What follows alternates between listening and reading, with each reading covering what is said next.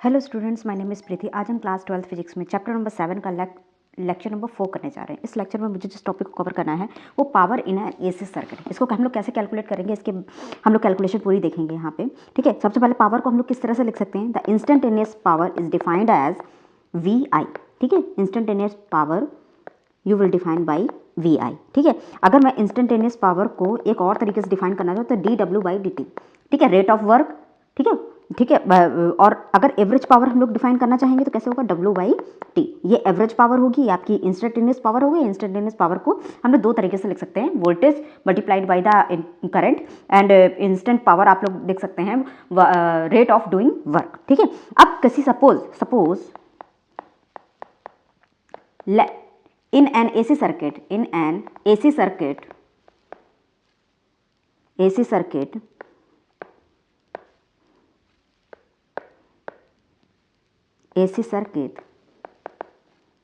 V is equal to V naught sin omega t and I is equal to I naught sin omega t plus phi, where phi is the phase difference between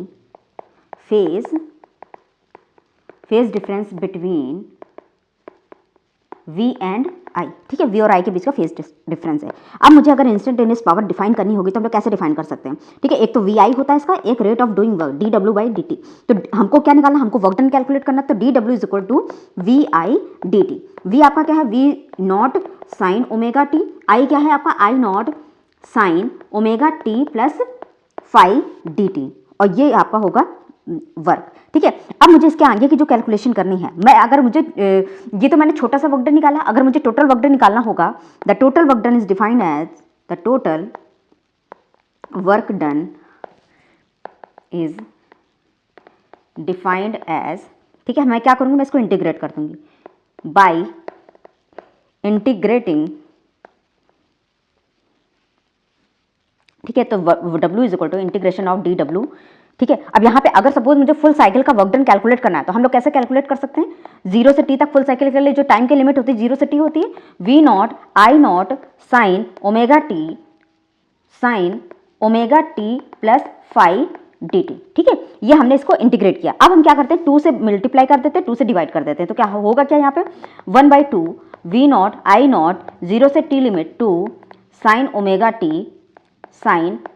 T plus five D T. अब मुझे एक formula हम लोगों ने trigonometry में पढ़ा था, 2 sine A sine B का। ठीक है, 2 sine A sine B you can define as 2 sine A sine B, you can write that cos A minus B minus cos A plus B. इसको हम लोग अप्लाई कर देते हैं यहाँ पे 2 साइन ए साइन बी को। ठीक है, तो यहाँ पे 2 साइन ओमेगा टी और sign omega T plus five आप इस तरह से लिख सकते हैं, cos omega T minus five. तो ये तो आपका कट जाएगा यहाँ पे। ठीक है, यहाँ पे minus cos omega T plus five. तो यहाँ पे जो आपका आएगा cos of minus five minus cos 2 omega T plus five. तो कॉस माइनस फाइव आपका होता है कॉस फाइव, तो cos five minus cos 2 omega T plus five. ठीक है, अब हम लोग इसकी वैल्यू को यहाँ पे पुट कर देते हैं। ठीक है, 2 sign omega T plus five, इसकी वैल्यू को जब हम लोग यहाँ पे रिप्लेस कर देंगे इस इंटीग्रेशन के अंदर, तो यहाँ पे जो मेरी वैल्यू आएगी रिप्लेस होकर के, तो यहाँ पे हम लोग इसको इस तरह से लिख सकते हैं, वी नॉट हम लोग क्या करेंगे, work done is equal to V not I not by 2।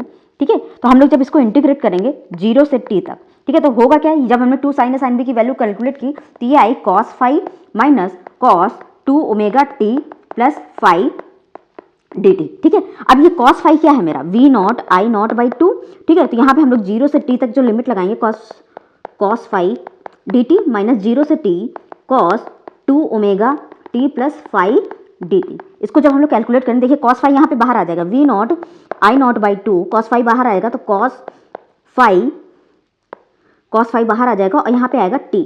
ठीक है, और t से 0 से t तक लिमिट लगा देंगे हम लोग यहाँ पे। ठीक है, माइनस अब यहाँ पे क्या आ जाएगा, sine 2 omega T plus five upon 2 omega, यहाँ पे जो लिमिट लगेगी 0 से t तक लगेगी। ठीक है, इसको जब हम लोग लिमिट लगा के जब इसको कैलकुलेट करेंगे, ठीक है, जब यहाँ पे हम लोग इसकी लिमिट लगाएंगे तो इसकी जो लिमिट आएगी यहाँ पे V not I not by 2,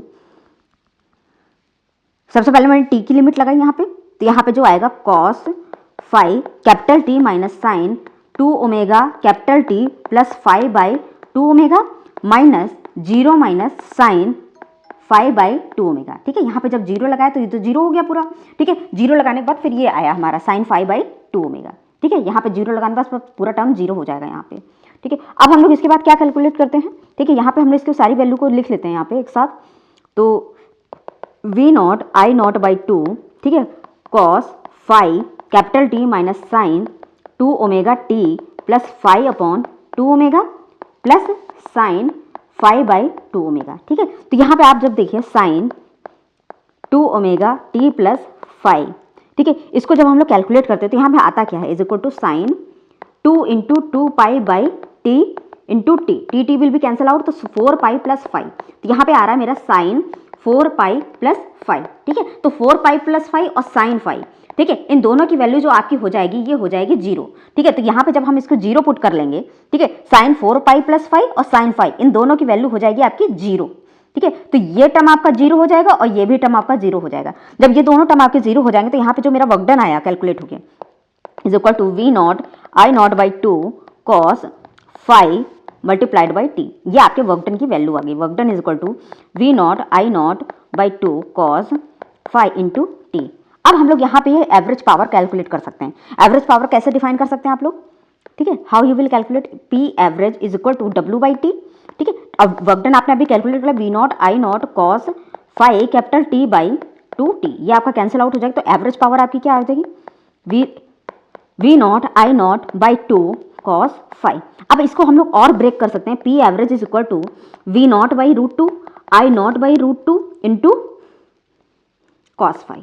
ठीक है, अब मुझे पता है वी आर एम एस क्या होता है और आई आर एम एस क्या होता है। आर एम एस क्या होता है आई नॉट बाई रूट 2 और वी आर एम एस होता है वी नॉट बाई रूट 2। इनकी वैल्यूज को हम लोग रिप्लेस कर सकते हैं, तो एवरेज पावर हम लोग कैलकुलेट करके लिख सकते हैं V R M S into I R M S cos 5। This is the average power you have calculated in a AC circuit.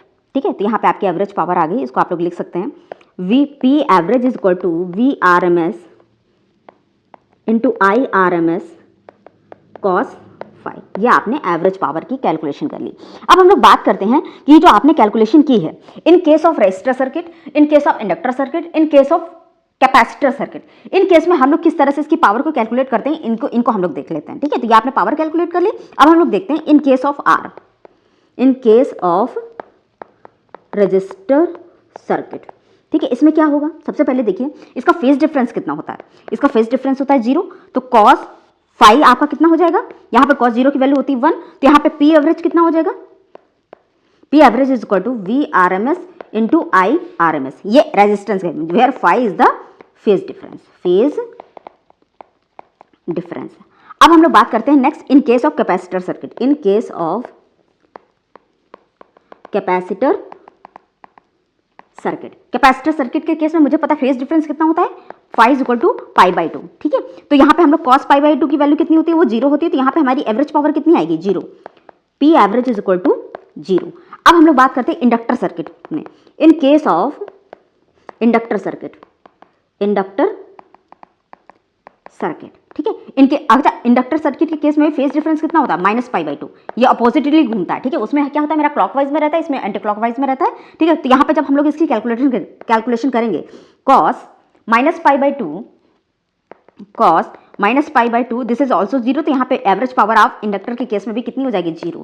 तो आपसे ये सीबीएसई एग्जाम में कई बार पूछ लेते हैं कि इंडक्टर के केस में या कैपेसिटर के केस में एवरेज पावर कितनी होती है, तो इनके केस में 0 होती है, क्योंकि ये पावर जो मेरी डिपेंड कर रही है ना कॉस 5 पर डिपेंड कर रही है, और कॉस 5 होता है क्या पावर फैक्टर, क्योंकि पावर हमारी सिर्फ कॉस 5 पर डिपेंड, जितना फेज डिफरेंस होगा उसी पर डिपेंड कर रही है। ठीक है, तो यहाँ पे हमारी रजिस्टर सर्किट के केस में हमारी कितनी एवरेज पावर मैक्सिमम मुझे मिलने वाली V R M S into I R M S. ठीक है, वहाँ पे फेज डिफरेंस आपका 0 होगा।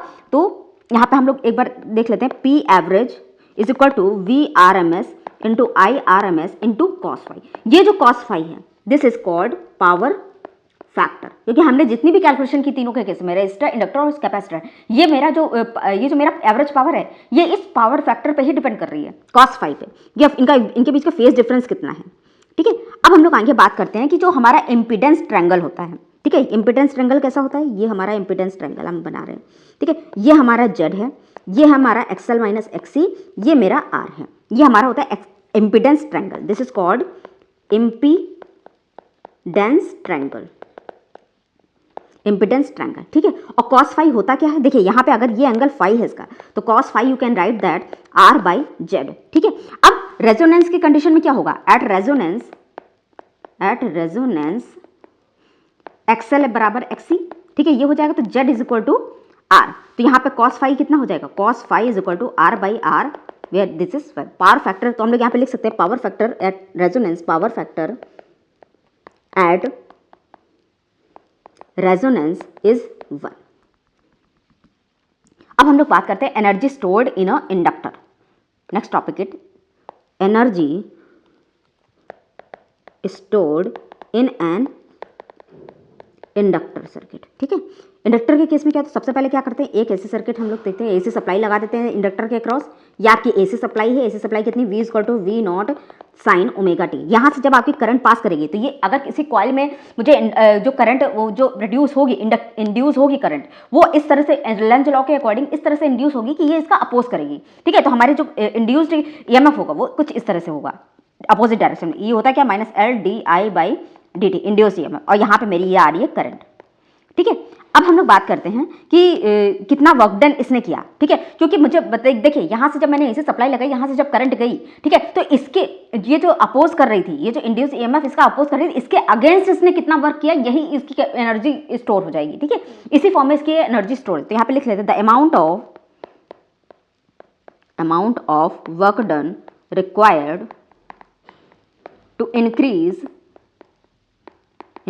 I in a circuit against induced EMF is stored as energy in inductor, ठीक है। This energy in the form of magnetic energy, ये जो एनर्जी आपकी यहाँ पे स्टोर होगी, ये मैग्नेटिक एनर्जी होगी। This energy is in the form of magnetic energy, instantaneous power आप लोग कैसे डिफाइन करते हैं, VI से, ठीक है। अब यहाँ पे इंस्टेंटेनियस पावर क्या होगी, क्योंकि माइनस E अगेंस्ट वर्क हो रहा है इसका, तो dW by dt, instantaneous power आप लोग dW बाई dt से भी डिफाइन कर, EI, तो dW कितना हो जाएगा, माइनस EI dt। अब यहाँ पे E आपका कितना है, dW is equal to minus L D I by D T. यहाँ पे ई की वैल्यू को आप लोग जब रिप्लेस करेंगे, ठीक है, L D I by D T into I, तो यहाँ पे होगा क्या,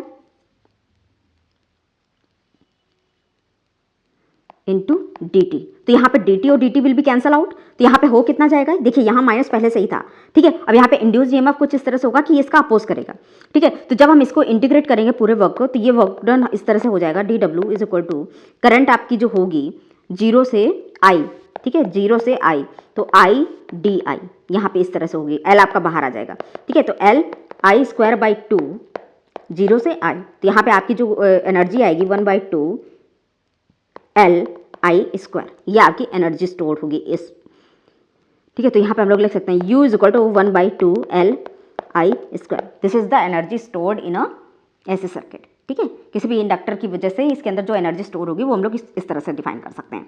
अब हम लोग अगले टॉपिक पे आते हैं, क्या होता है ट्रांसफार्मर, ठीक है, कितने टाइप के होते हैं, इसका प्रिंसिपल क्या होता है, ये सारी बातें हम लोग बात कर लेते हैं इसकी, ठीक है। Next topic is transformer.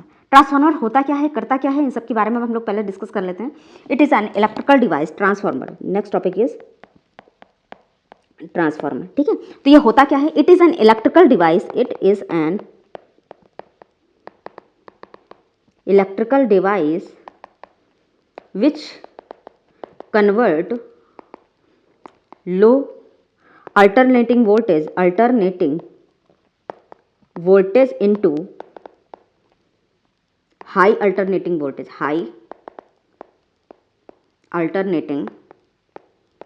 voltage and vice versa, और लो को भी हाई में कन्वर्ट करता है, वाइस वर्सा, ठीक है।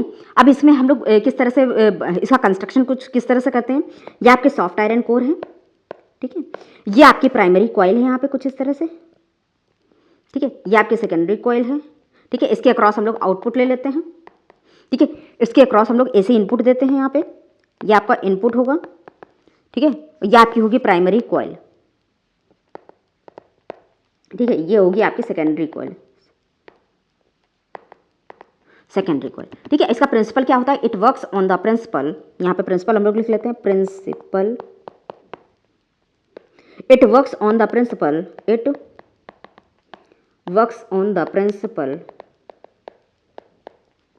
of mutual induction, that is an EMF is induced in the secondary coil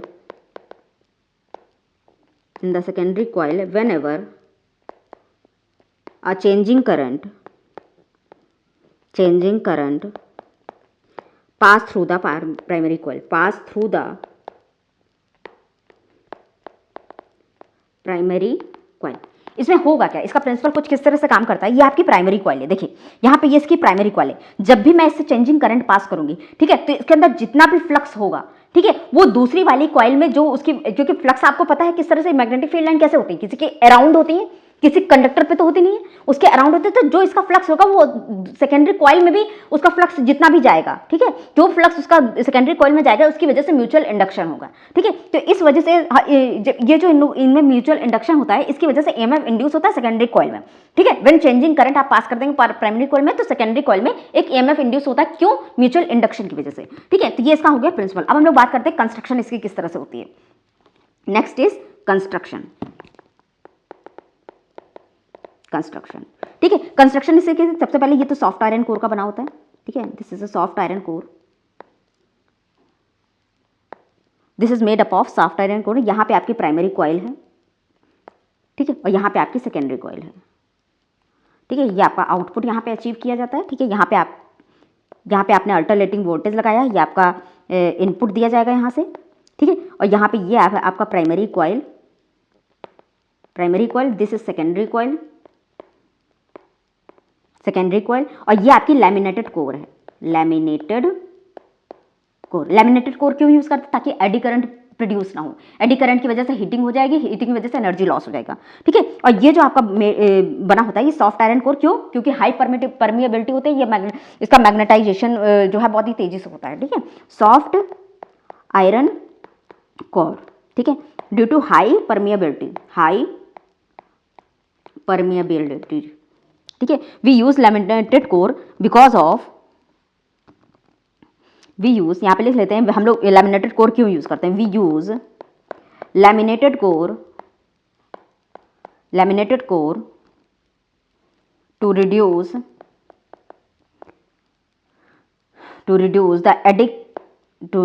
the amount of eddy current in the circuit, अब types of transformer कितने हैं, दो टाइप के ट्रांसफार्मर होते हैं, एक तो कोर टाइप होते हैं, एक शेल टाइप होते हैं। इनकी कंस्ट्रक्शन किस तरह से होती है इसके बारे में बात कर लेते हैं। द टाइप्स ऑफ ट्रांसफार्मर, ठीक है, तो सबसे पहला होता है मेरा core type. First type is core type. Core type किस तरह से बना होता है, ये आपकी प्राइमरी कॉइल यहाँ पे किस तरह, ये आपका सॉफ्ट आयरन कोर है। ठीक है, ये आपकी प्राइमरी कॉइल है, ये सेकेंडरी कॉइल है, यहाँ पे आपने आउटपुट लिया है। ठीक है, ये आपकी प्राइमरी कॉइल है, ये आपकी सेकेंडरी कॉइल है, यहाँ पे आपने इनपुट दिया है। ठीक है, अल्टरनेटिंग वोल्टेज के फॉर्म में। ठीक है, ये आपका कोर टाइप है। यहाँ पे हम लोग when P and S windings are on different on, when P and S windings are on different arms, अब हम लोग सेकेंड टाइप में पढ़ते हैं शेल टाइप ट्रांसफार्मर कैसा होता है। Next is shell type. ये कैसा होता है, हमने क्या किया इसमें, क्या कहता है अलग अलग, आप पहले वाले कोर टाइप में क्या था, अलग अलग आर्म्स में मैंने वाइंडिंग्स की थी। अब इसमें हम लोग एक ही सिंगल आर्म्स में ही हम लोग डबल वाइंडिंग कर देंगे, तो ये हमारा बन जाएगा शेल टाइप। ठीक है, तो ये कुछ किस तरह से बनेगा, ये आपका कुछ इस तरह से बनेगा। ठीक है, इसे में आपने बना दी दूसरी। ठीक है, यहाँ से आपने अचीव किया ये सेकेंडरी कॉइल, और यहाँ भी आपकी थी अल्टरनेटिव वोल्टेज आपने लगा दिया यहाँ पे, ये आपकी प्राइमरी कॉइल थी। ठीक है, यहाँ पे आपकी सेकेंडरी कॉइल थी। When P and S are wound on the same arms, when P and S are wound on the same arms, same arms, ठीक है, ये आपका शेल टाइप हो गया। अब हम लोग नेक्स्ट टॉपिक पे आते हैं, इसकी वर्किंग किस तरह से होती है, ठीक है। Next is working.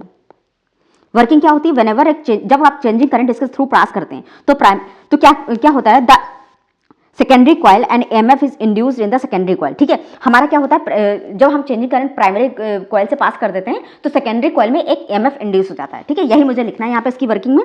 Whenever a changing current pass through the primary coil and EMF is induced in the secondary coil by process of mutual induction,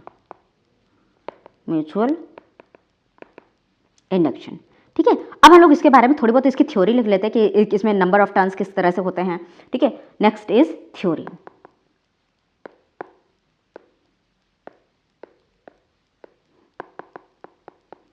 ठीक है। ये आपका क्या है, सॉफ्ट आयरन कोर है, ठीक है। इसके जो फर्स्ट टाइम है इसमें आपने प्राइमरी कॉइल लगा रखी, ठीक है। यहाँ पे आपने AC वोल्टेज अप्लाई किया, ठीक है। इसके अक्रॉस मुझे क्या करना है, मुझे आउटपुट लेना है। यहाँ पे ये आपका E2 है, यहाँ पे E1 है, और यहाँ से जो अप्लाई किया वो आपने E अप्लाई किया, ठीक है। इसके नंबर ऑफ टर्न्स है N1, इसके नंबर ऑफ टर्न्स है N2, ठीक है। यहाँ पे आप लेंगे आउटपुट, यहाँ पे लेंगे आप इनपुट, ठीक है। इससे आप लोग इनपुट देंगे, इससे आप लोग आउटपुट लेंगे, ठीक है। तो यहाँ पे N1 क्या है, N1 is the number of turns of primary coil, number of turns of primary coil. N2 क्या है, number of turns of secondary coil, ठीक है। अब एजम्पशन क्या लेना है, एजम्पशन लेना है the resistance of input is negligible, ठीक है। The resistance of input is negligible,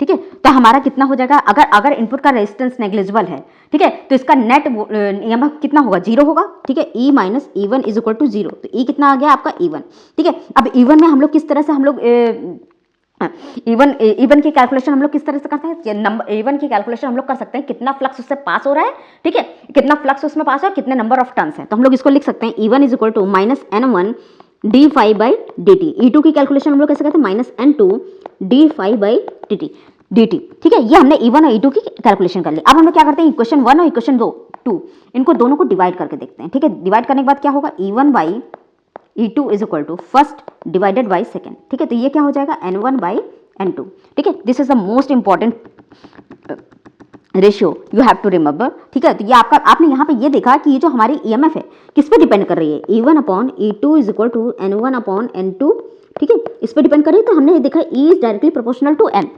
मतलब जो EMF है वो कहीं ना कहीं नंबर ऑफ टर्न्स पे डिपेंड कर रही है, ठीक है। अब मैं देखती हूँ अगर मेरे नंबर ऑफ टर्न्स N2 के ज्यादा है, ठीक है, तो इसका मतलब मेरा E2 हमारा ज्यादा होगा E1 से, तो ये होगा मेरा step up transformer, step up transformer, क्योंकि सेकेंडरी कॉइल की जो नंबर ऑफ टर्न्स ज्यादा है तो सेकेंडरी कॉइल की EMF ज्यादा है, तो ये स्टेप अप ट्रांसफार्मर है, ठीक है। अब क्या करती हूँ, N1 ज्यादा है N2 से, तो हमारा E1 क्या होगा, E2 से ज्यादा होगा, तो ये मेरा होगा step down transformer, step down transformer, ठीक है। तो आपने स्टेप अप स्टेप डाउन। अब आइडियल ट्रांसफार्मर की बात कर लेते हैं, ठीक है। आइडियल ट्रांसफार्मर क्या होगा, जिसकी इनपुट पावर और आउटपुट पावर दोनों सेम होगी, ठीक है। For ideal transformer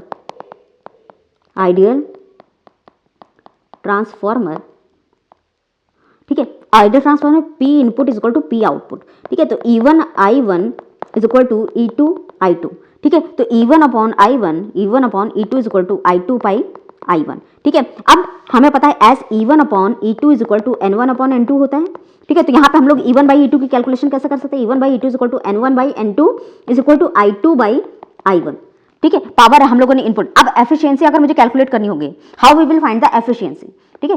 this is the most important formula, E1 by E2 is equal to N1 by N2 is equal to I2 by I1, ठीक है। अब नेक्स्ट कैलकुलेशन है मेरी एफिशिएंसी की,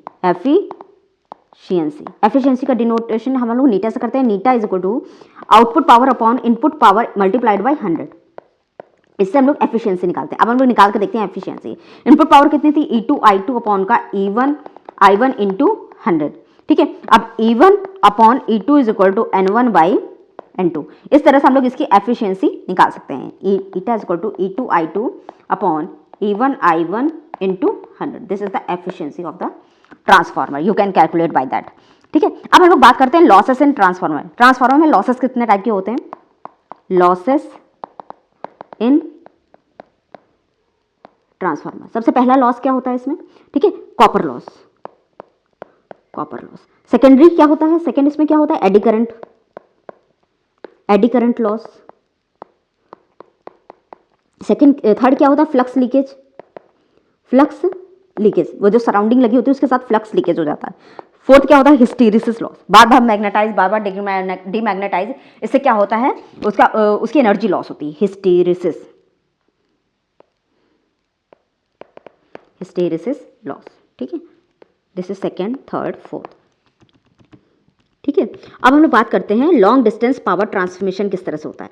ठीक है, तो next topic is long distance power transmission. एक बार ये वाला टॉपिक आपके सीबीएसई एग्जाम में आ चुका है। ठीक है, इसलिए मैंने सोचा इसको कवर कर लेते हैं। ठीक है, सबसे पहले जो आपको पता है बिजली कहाँ बनती है? डैम पे बनती है। और डैम में कितनी बनती है? ठीक है, डैम में बनती है 66,000 वोल्ट। ठीक है, ये आपने सबसे पहले एक सॉफ्टवेयर एंड कोर लिया।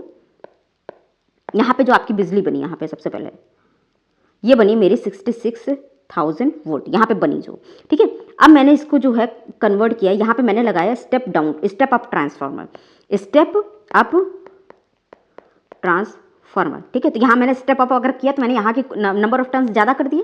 ठीक है, यहाँ पे क्या, ये अगर N1 है, ये N2, अगर मैंने स्टेप अप किया है तो N2 must be greater than N1। ठीक है, तो यहाँ पे मैंने कितना, अगर मैंने इसको ज़्यादा कर दिया तो यहाँ पे कितनी बिजली बनी मेरी? 1,32,000 वोल्ट। ठीक है, इसको मैंने फर्दर कनेक्ट रखा। ठीक है, अब मैंने क्या किया? Step down. अब मैंने इसको क्या किया? इसको एरिया के, ये मेरा था जनरेटिंग स्टेशन, जनरेटिंग स्टेशन। अब मैंने इसको भेजा एरिया में। ठीक है, एरिया के बाद क्या होगा इसमें? ठीक है, जो मैंने क्या किया, यहाँ पे ये इसकी प्राइमरी कॉइल है, ये इसकी सेकेंडरी कॉइल है। मैंने क्या किया? इस 1,32,000 वोल्ट को मैंने स्टेप डाउन किया, step down transformer, step down transformer. तो ये 1,32,000 वोल्ट, ये मेरा क्या है? Area sub station, sub station. तो यहाँ पे मुझे कितना मिला? 11,000 वोल्ट। ठीक है, इसको मैंने फर्दर कनेक्ट रखा। फिर मैंने क्या किया? मैंने कंज्यूमर सब स्टेशन पर लगाया। ठीक है, दिस इज द कंज्यूमर सब। यहाँ पे भी मैंने क्या किया? मैंने स्टेप डाउन ट्रांसफार्मर में लगाया, स्टेप डाउन ट्रांसफार्मर। तो यहाँ पे हुआ क्या? मैंने जब जैसे यहाँ पे स्टेप डाउन लगाया तो ये 11,000 कंज्यूमर, ये है मेरा कंज्यूमर सब स्टेशन। तो यहाँ पे मुझे कितना मिल गया? 220 वोल्ट। ठीक है, इस तरह से जो है हमारा पावर ट्रांसमिशन होता है, हम लोग के घरों में कैसे बिजली आती है, ये सारा मैंने इसमें डिस्कस कर लिया। ठीक है, अब मेरा मुझे लगता है एक टॉपिक और बच रहा है इसमें, इसके बाद ये चैप्टर आपका फिनिश हो जाएगा। एक टर्म का पूरा सिलेबस यहाँ पे फिनिश हो चुका है। अब हम लोग इसके बाद जो है नई बुक स्टार्ट करेंगे, दूसरी वाली जो वॉल्यूम 2। ठीक है, तो इसी के साथ ये लेक्चर मेरा खत्म होता है। If you like this video please share and subscribe. Thank you.